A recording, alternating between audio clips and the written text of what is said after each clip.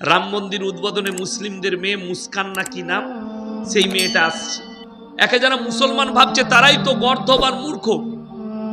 আমাদের মতো মৌলবীরা আমরা মুসলমান ভাবি না। যদি বলেন কি ভাবেন, ও কাফেরের থেকেও খারাপ, ওকে কলমা পরে মুসলমান হতে হবে, মুসলমান নয়।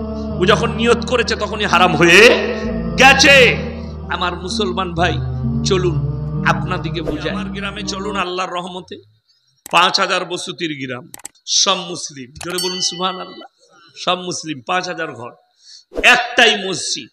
কটা মসজিদ বললাম? একটাই মসজিদ। এই আগে যা ছিল ছিল, নতুন করে 1 কোটি টাকার মসজিদ তৈরি হলো, 1 টাকা বাইরের লোকের নাই, সব ওর সাথে বাড়ালো 2 তালা। আমার গ্রামের নিয়ম আছে, মসজিদ কমিটিতে যারা থাকবে তারা দুর্নীতিবাজ হতে পাবে না। কোন রকমের হারাম ব্যবসায় জুড়ে থাকলে তাকে সাসপেন্ড করা হবে, এবং 5 ওয়াক্তের নামাজি হতে হবে মসজিদ কমিটিতে থাকতে হলে। আর আমি বহু জায়গায় দেখিয়ে দেবো, মসজিদের সেক্রেটারি হয়েছে হারামখোর, জুম্মা ছাড়া নামাজি পড়ে না। ঠিক বললাম না ভুল বললাম? রাগ করেন না, দরকার পড়ে আমাকে দাওয়াত দিবেন, আমি বাস্তব কথা বলছি। আমার মাদ্রাসার সেক্রেটারি আছে, চলুন, ফজর কোনোদিন কাজা পাবেন না। আমার মাদ্রাসার কমিটি আছে, ফজর কাজা পাবেন না, আল্লাহর কৃপায়। আর দ্বিতীয় নম্বর, আমার মাদ্রাসা, আমার গ্রামের মসজিদে যারা রাজনৈতিকের সঙ্গে জুড়ে আছে তারা মাদ্রাসা মসজিদের কমিটিতে থাকতে পাবে না। এটা রুলস আমাদের গ্রামে। আলহামদুলিল্লাহ আমাদের মসজিদের উন্নতি, মসজিদ কমিটি এত ভালো। মসজিদের উন্নতি গিয়ে দেখে আসুন, চলুন আমার সঙ্গে, আমার গাড়িতে চেপে দেখতে পাবেন।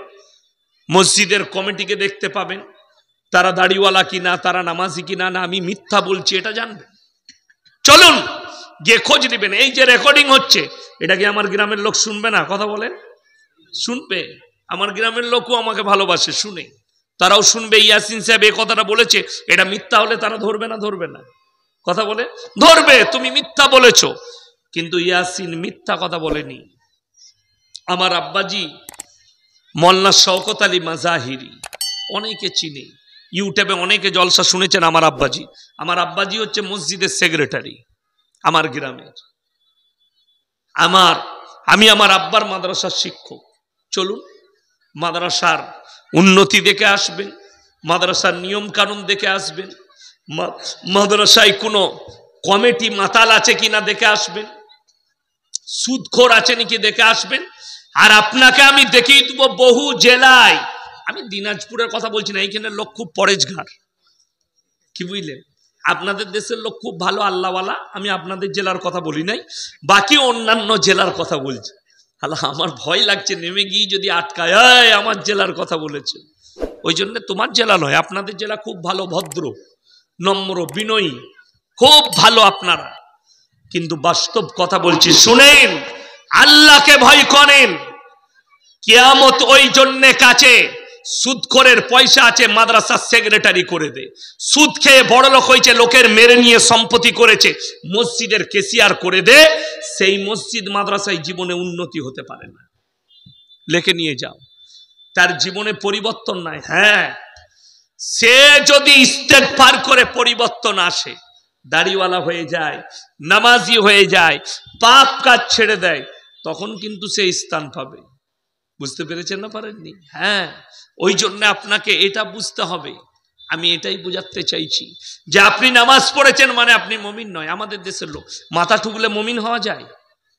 মাথা তো নাস্তিক ছাড়া সবাই ঠুকে, ঠুকে না? ঠুকে না?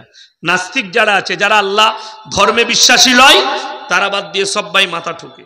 আপনাকে দেখিয়ে দেবো মাথা কত লোক ঠুকছে। আপনি মনে করছেন মুসলমান? এই আমি মোবাইলে দেখছিলাম, বোম্বে থেকে নাকি মহারাষ্ট্র থেকে একটা মেয়ে, রাম মন্দির উদ্বোধনে মুসলিমদের মেয়ে মুস্কান না কি নাম, সেই মেয়েটা আসছে। একে যারা মুসলমান ভাবছে তারাই তো গর্ধব আর মূর্খ। আমাদের মতো মৌলবীরা আমরা মুসলমান ভাবি না। যদি বলেন কি ভাবেন, ও কাফেরের থেকেও খারাপ, ওকে কলমা পরে মুসলমান হতে হবে, মুসলমান নয়।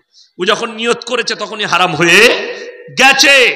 আমার মুসলমান ভাই চলুন আপনাদিকে বুঝাই যে আপনি মনে করছেন মাথা ঠুকলেই মুসলমান হওয়া যায়। কেউ পূব দিকে মাথা ঠুকে, কেউ পশ্চিমে ঠুকে। আরে এখানে একটা গল্প বলবো আপনাদেরকে, হাসির গল্প, ইউটিউবাররাও পেয়ে যাবে একটা ভালো জিনিস। আমার গ্রামে একজন, কি বুঝলেন, তো আমাদের আত্মীয় হয়, চাচা হয়, তো এক জায়গায় ফুটবল খেলা হচ্ছে আমার এলাকায়। কি খেলা বললাম? ফুটবল খেলা। যদিও আমি খেলা দেখি না, আমি শুনলাম ঘটনাটা, বাস্তব সত্য ঘটনা।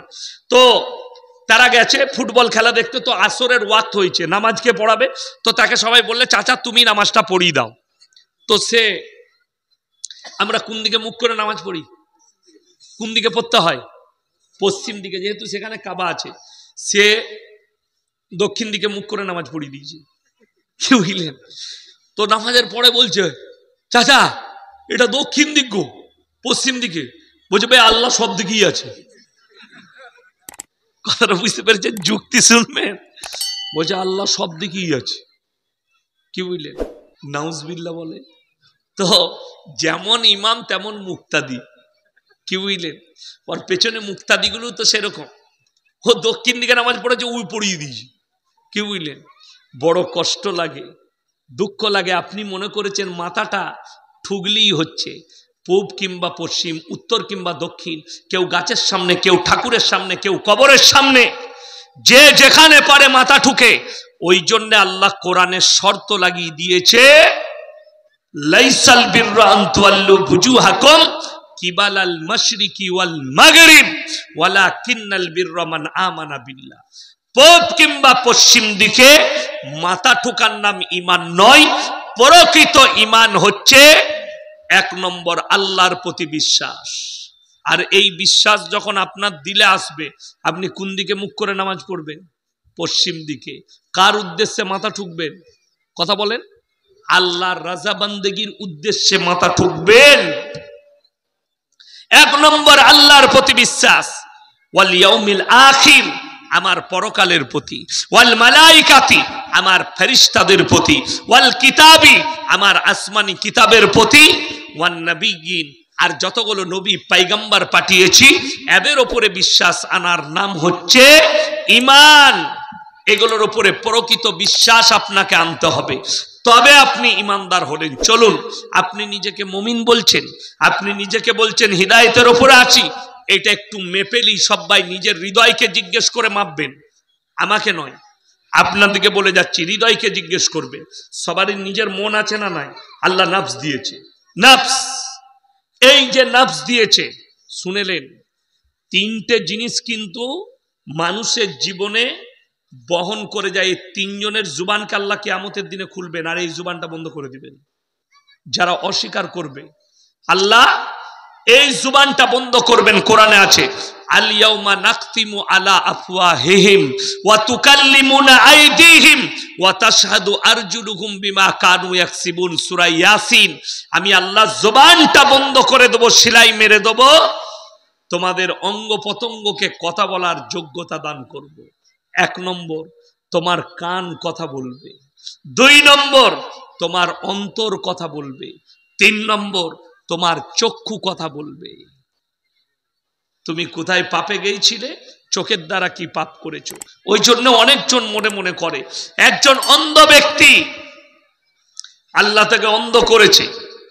অন্ধ হয় না, হয় না, সমাজে অনেক অন্ধ ব্যক্তি হয়, তাদেরকে দেখে আমরা দুঃখ পালন করি। আল্লাহ মানুষটাকে আল্লাহ অন্ধ করেছে, তাকে একটা নিয়ামত আল্লাহ কেড়েছে, কিন্তু তাকে 100টা নিয়ামত আল্লাহ দান করেছে। জোরে বলুন সুবহানাল্লাহ। আমার মাদ্রাসায় আছে একজন রফিক ভাই নাম, আমি যখন বাচ্চা ছেলে আমাকে কোলে করে মানুষ করেছে, তো তারপরে আবার আমার সাথে পড়েছে, এখন আবার আমার ছাত্র। তার বয়স 50 বছর, আমার বয়স 36 বছর। আমাকে মাঝে মাঝে বলে, আমার চোখ থাকলে না আমি তোর মতনই মৌলবি হতাম, আমিও জলসা করতাম। মাঝে মাঝে বলে, ইয়ার কি মারে। তো আমার আব্বাজি বলেছে, আমি যতদিন বেঁচে আছি তুমি মাদ্রাসায় থাকো। আমি বলেছি তুমি মৃত্যুকাল পর্যন্ত মাদ্রাসায় থাকো। বিয়ে শাদী হয়নি, মাদ্রাসাতেই থাকে। তো সে একদিন দুঃখ করছে, ইয়াসিন ভাই আল্লাহ আমাকে চোখ দেয়নি, সব দিয়েছে, শক্তিশালী করেছে। তোমার হাতটা, আমার হাতটা যদি মুচুড়ে ধরে 6 ফুটের উপরে লম্বা, আমি আর লড়তে পারবো না, এত শক্তি দিয়েছে আল্লাহ, কিন্তু অন্ধ। আমি তাকে একটা কথা বলেছি যে রফিক ভাই, আল্লাহ তোমার কাছ থেকে একটা নিয়ামত কেড়েছে, তোমাকে কত বড় নিয়ামত দিয়েছে জানো?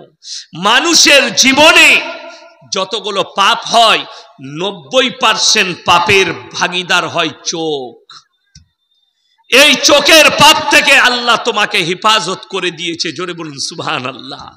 যে অন্ধ হয়েছে, যারা অন্ধ আছেন, যার সন্তান অন্ধ আছে, তারা জানবেন আমার আল্লাহ একটা নিয়ামত আমার সন্তানের কাছে কেড়েছে, 100টা নিয়ামত আমার সন্তানকে আল্লাহ দিয়েছে। চোখের সমস্ত পাপ থেকে আল্লাহ আমার সন্তানকে হেফাজত করে দিয়েছে। আমার মুসলমান ভাই, এরপরে আমি আপনাদের সঙ্গে কোরআনে যাব, সূরা বাকারার একবারই প্রথমে, যে আল্লাহ তাআলা মানুষকে, আমাদের মধ্যে মুমিনকে, ইমানদারকে হিদায়াতের উপরে কারা আছে এটাকে একটু মাপুন। বিসমিল্লাহ। এটাকে মাপার জন্য কোরআনে চলুন।